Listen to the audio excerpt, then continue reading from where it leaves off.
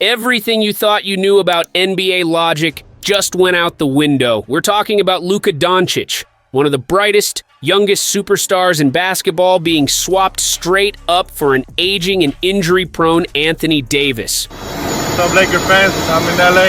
Excited to meet you all. If that alone doesn't raise a million eyebrows, the official story claiming it was all about defense wins championships certainly will. Think about it. Luka almost single-handedly carried the Mavericks to the NBA Finals. He's the franchise's face, an absolute marketing goldmine, and a perennial MVP contender. Yet, out of nowhere, the Dallas front office supposedly decides a 31-year-old AD is better for their future. The most shocking, stunning, insane trade in NBA history happened, and it makes absolutely no sense for so many different reasons. And here's the twist. We're told it all started as a casual coffee shop conversation between Mavs GM Nico and Lakers GM Rob Pelinka, a whimsical, would you ever consider chat that escalated into the biggest trade of the last decade. I'd like to give Rob Pelinka a lot of credit. You know, trades, you guys have been around here, trades don't happen at the smallest level without stuff getting out.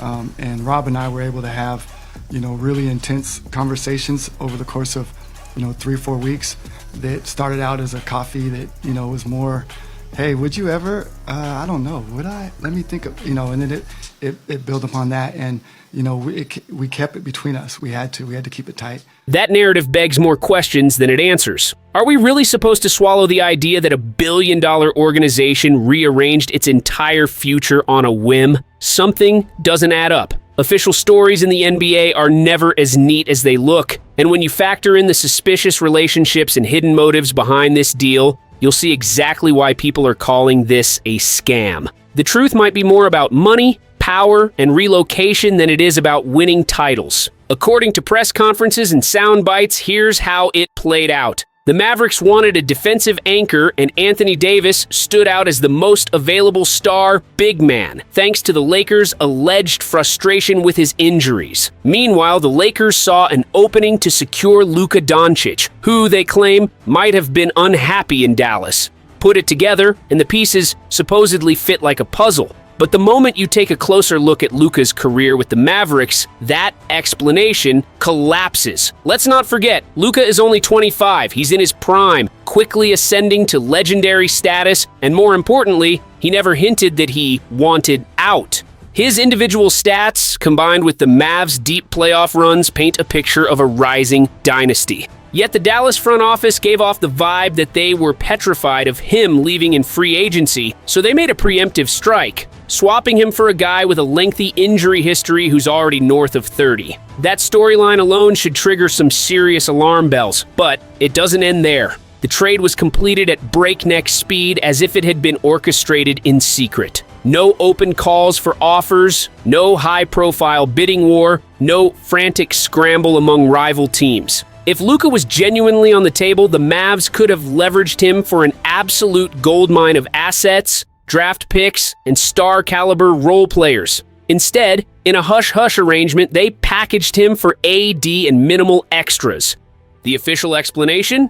We wanted to finalize this before word got out. That's hardly convincing when you're dealing with a star as valuable as Dončić. The more eyes on the prize, the higher the asking price. Unless, of course, the Mavs never intended a fair competition in the first place. The biggest red flag is purely basketball-based. Luka is a generational talent who elevates every teammate around him with his scoring and playmaking. Even the Mavs themselves recognize this, building their entire offensive system around his skill set. He's unstoppable off the dribble, fearless in the clutch, and proven on the postseason stage. Meanwhile, Anthony Davis, as great as he can be, has been dogged by health issues. When AD is 100%, he's a beast on defense and a versatile scorer. The problem is, he seldom stays healthy enough to maintain that dominance for an entire season.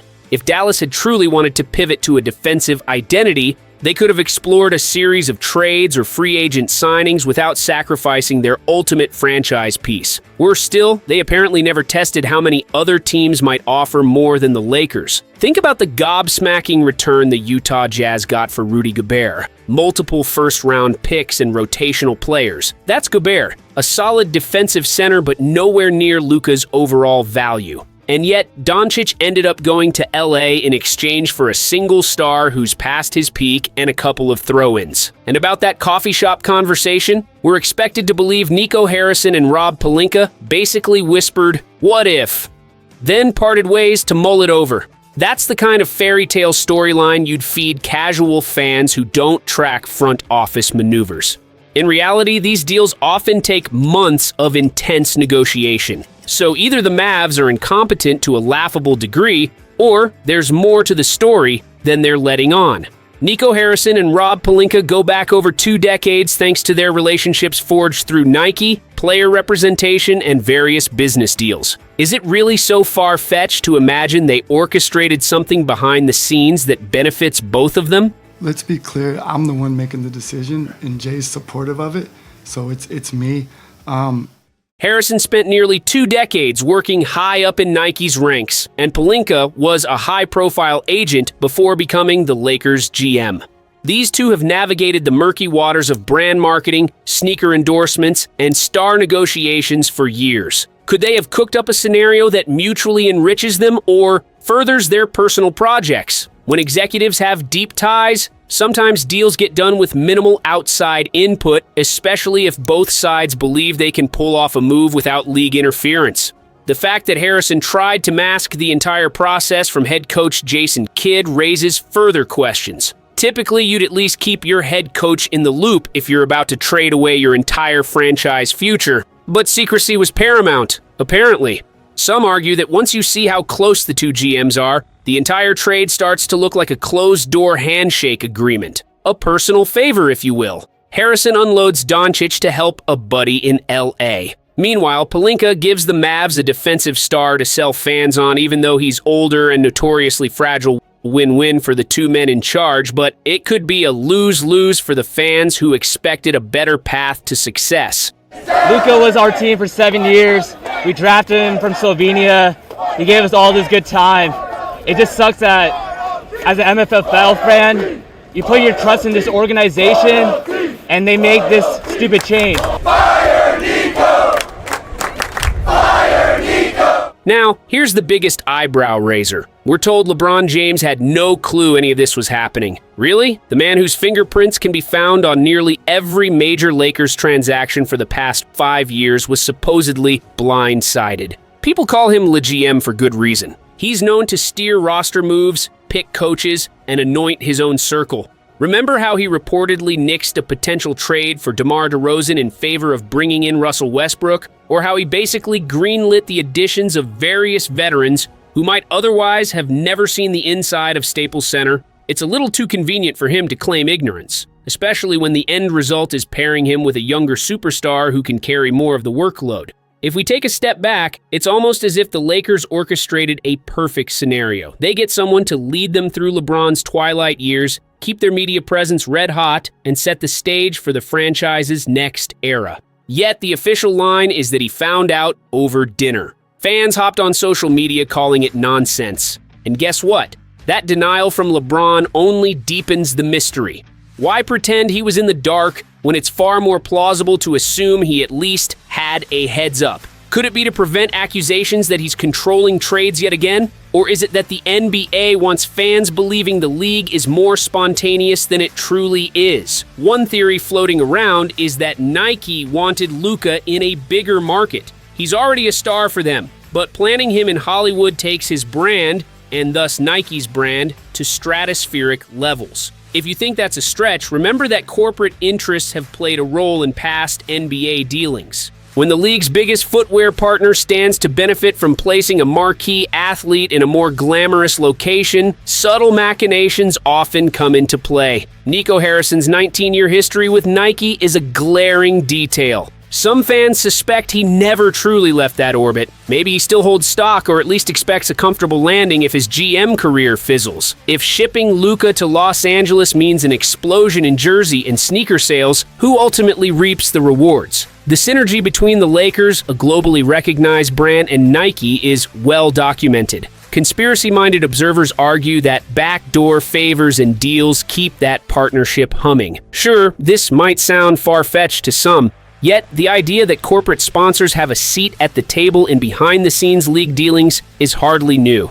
There's a reason star players with certain endorsements often find themselves in prime-time slots or major markets. Follow the money long enough, and you'll see patterns that would make any cynic nod knowingly. But let's talk about a theory even more explosive. Relocation. Since Mark Cuban sold a majority stake in the Mavs, rumors have swirled about the new ownership's ties to Las Vegas. If they plan to move the franchise, how do you soften the blow to Dallas fans? One way is to jettison the star who might give them hope. Because if the Mavs were competitive, it's much harder to justify relocating to a new city under the guise of, we need a fresh start. Look at the Oakland A's in Major League Baseball.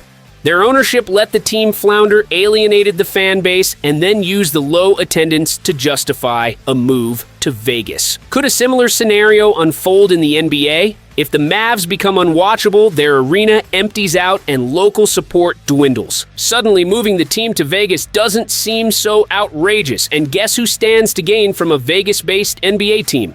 The league itself, and all the corporate interests that revolve around gambling, tourism, and high-stakes entertainment. Add to that the public statements from LeBron James about wanting to own a team in Vegas someday. If the Mavs relocate to Sin City, there might be an opportunity for him to jump into an ownership stake post-retirement, further fueling the speculation that all these strings are being pulled behind the scenes with no concern for fan loyalty or traditional team building. Put it all together, and you have a scenario in which money, influence, and personal ambitions take center stage, while basketball itself becomes an afterthought. Luka's move to LA boosts TV ratings. The Lakers remain a prime brand for the NBA. A potential path to relocate the Mavs gets much easier if the team is no longer built around a young superstar. Nico Harrison possibly strengthens ties with Nike. Rob Pelinka secures a decade of competitiveness for the Lakers. LeBron gets a partner for the rest of his playing days and possibly a stepping stone for future ownership.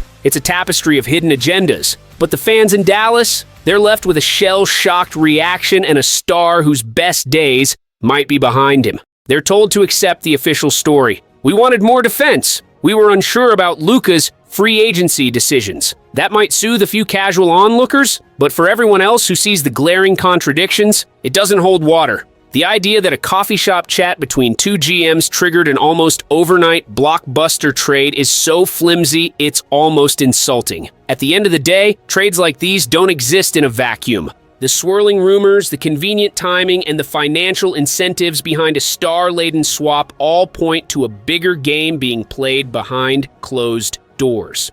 We've watched it happen in other sports. It's naive to believe the NBA is immune.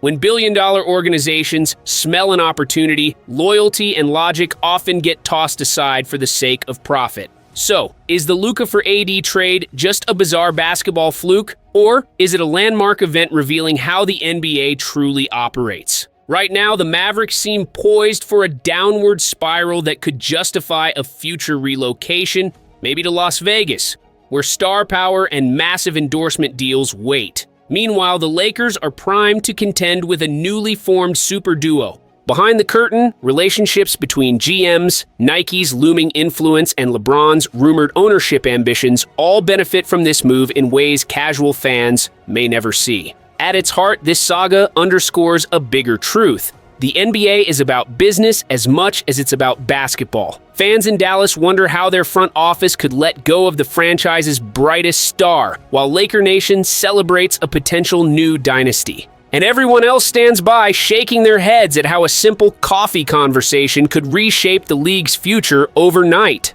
If a deal this earth-shaking can happen with so little warning, you can bet it won't be the last time hidden motives and powerful connections decide who wins and who loses in the NBA's ongoing drama. If you enjoyed this breakdown, be sure to like, share, and subscribe for more deep dives into the game behind the game. Stay tuned. There's always another shocking twist around the corner in the world of basketball.